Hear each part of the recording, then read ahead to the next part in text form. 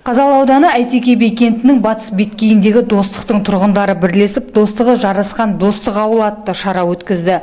Өлі разы болмай тірі байымас дегендей, жиынның басты мақсаты өмірден озған ағайындарға Құран бағыштап, үлкен ас беріп, халықтың ауызбіршілігін нығайту. Тағылымды шарада Қазалы ауданындағы Жанқожа Батыр атындағы орталық мешіттің бас имамы Нұрдәулет Нәби марқұм болғандардың рухына Құран бағыштады. الله أكبر ولله الحمد بسم الله الرحمن الرحيم قل أعوذ برب الفلق من شر ما خلق ومن شر غاسق إذا وقب. Жиынға арнайы барған Қазалы ауданының әкімі Мұхтар Оразбаев ауыл халқы бастаған оңды іс көпке үлгі екенін айтып, ауқымды шарада белсенділік танытқан әрбір азаматтарға ризашылығын білдіріп, бірқатар белсенді тұлғаларға алғыс хат табыстады. Әйтеке би кентіндегі достық атауы санатын аумақта мағыналы, рухани, тәрбиелік маңызы зор үлкен игілікті шараның куәсі болып жатырмыз. Біріншіден, ардақты ағайындар, жаңа өткенге салауат айтып, Құран бағышталып, бүгін қазір осы сол өткен әруақтарымыздың рухына арнап ас берілген жатыр. Ас ниеттеріміз, оқылған дұға тілектеріміз, Құранымыз баршаңызға қабыл болсын. Дана халқымызда сөз бар, байлық байлық емес, бірлік байлық деп. Міне біздің осы достық ауылы санататын ауылда игілікті істің басында мұрындық болып, осы игілікті іске демеу болып жатқан барша осы ағайындарымызға, барша жерлестерімізге, барша осы игілікті істің барлық қызметін жасап жүрген азаматтарымызға аудан әкімдігі атынан шынайы мен алғысымды білдіремін. Бұл бүгінгі шара келер ұрпаққа өнегелі іс, өткенді еске алып, бірлікке, татулыққа, мейірімділікке, сыйластыққа, ізеттілікке бағыттайды. Біз қай уақытта үлкенге құрмет көрсетіп, кішіге ізет көрсетсек, дос жарамызға сыйлы болсақ, одан артық әрине бақыт жоқ. Сол бақыт міне біздің Әйтеке би кентіндегі достық ауылында бір көрінісін беріп жатыр. Бұған дейін біздің қасиетті Қазалы жерінде, осы аудан орталығында бірнеше ықшам аудандар осындай топтасып, елдің бірлігі үшін, халқымыздың амандығы үшін, жастарымыздың түзу жолға түсуі үшін осындай игілікті бастаманы жасап атқарып келе жатырмыз. Бұл басқа өңірге, басқа елге үлгі болатындай, үлгі тұтатындай, насихаттайтындай игілікті шара. Сондықтан ардақты ағайындар, бүгін достығы жарасқан достық ауылында ауыл күні дүбірлі түрде аталып жатыр.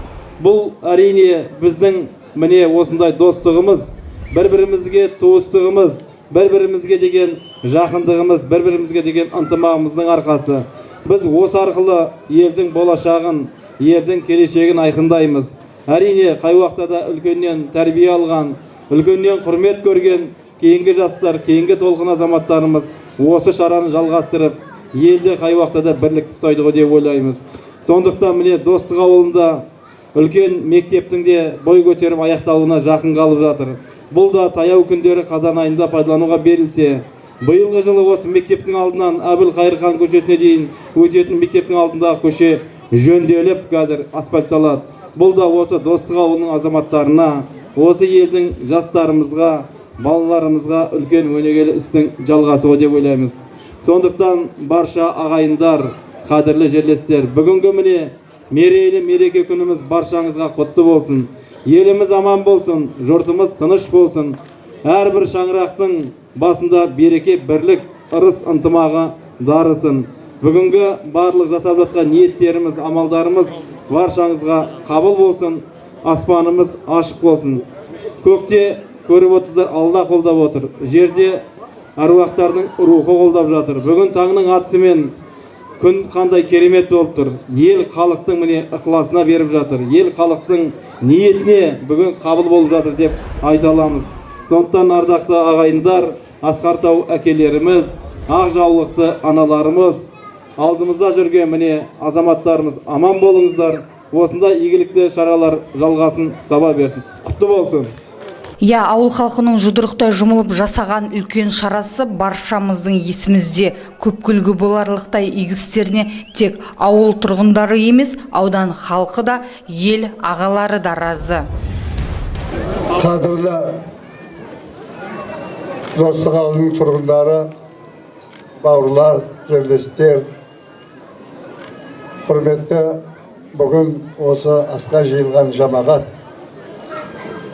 өлі риза болмай тірі байымайды деген қағида ата-бабамыздан қалыптасқан.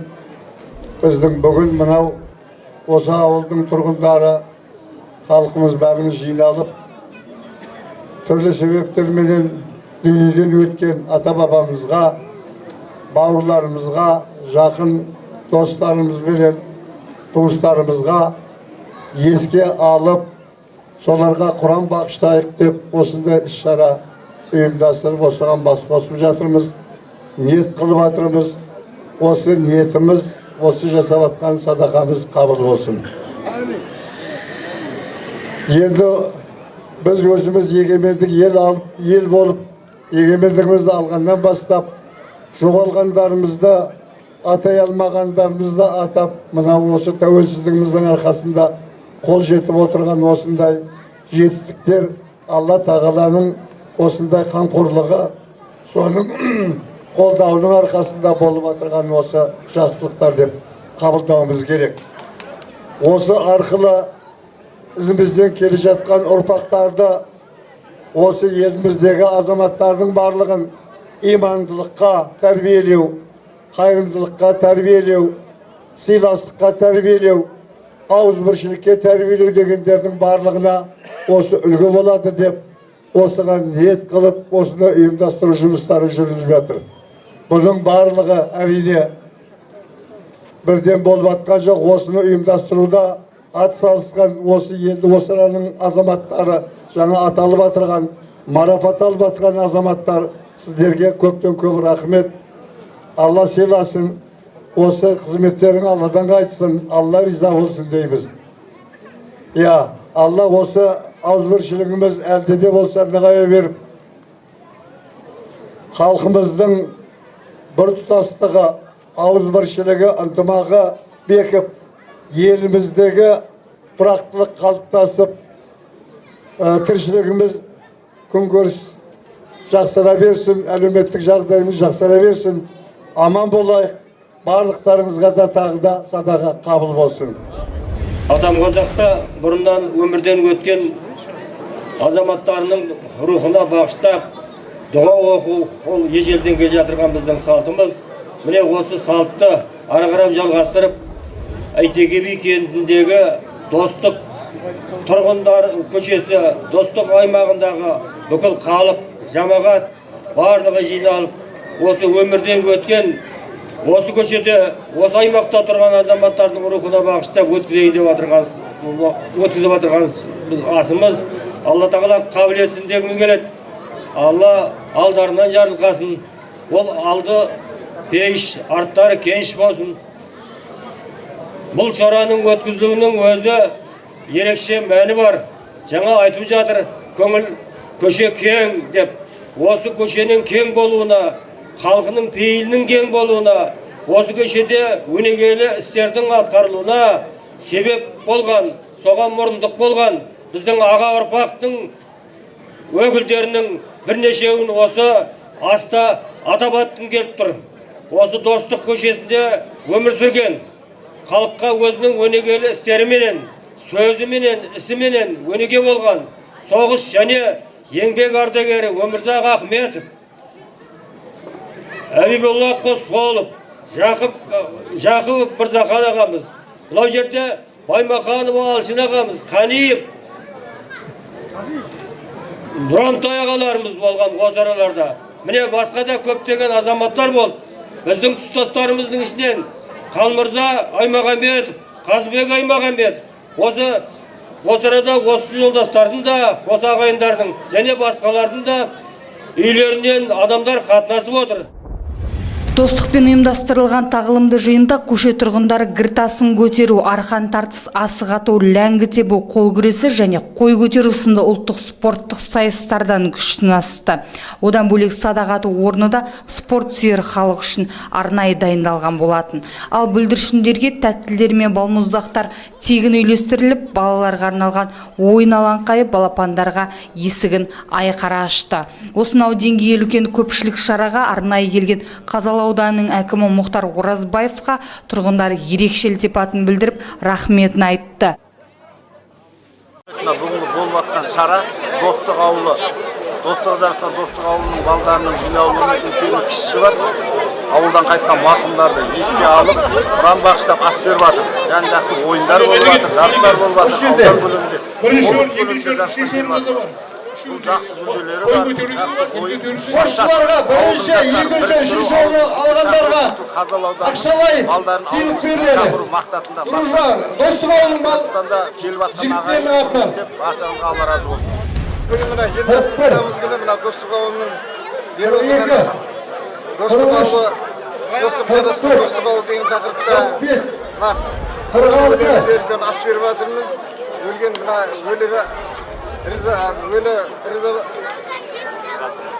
өлі разы болмай тірбаймайды деген мақсатта мына ауызбіршілік осы Достық ауылының жастары осы аудан көлемінде мына ас беріп жатыр. Бұл жерде енді мына көріп тұрғандай кәдімгі қой көтеру жарысы болып жатыр. Жер көтеруден болып жаңағы енді жаңағы арқан тартысы болады. Мына жерде садақ аты болып жатыр. Мына жерде балдарға жаңағы ойын ұйымдастырылған, ойын жүріп жатыр. 56. Не дейміз енді? Осы бәрі жастарының ұйымдастыруымен болып жатқан нәрсе. 58. Рахмет айтамыз ауылдың жастарына. 59. Ауызбіршіліктері мол болсын. Келешекте осындай іс-шаралар аудан көлемінде емес, республика көлемінде шыға берсін дейміз. Балдарға рахмет айтамыз.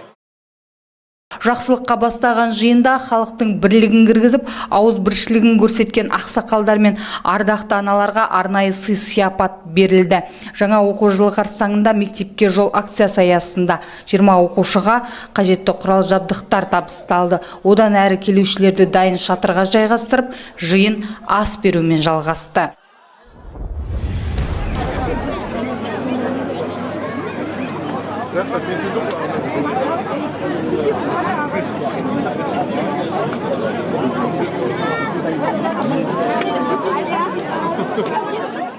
Бибінұр Қаржанова, Ерғанат Асаутаев, Дәуренбек Қайролаев, Серік ТВ телеарнасы.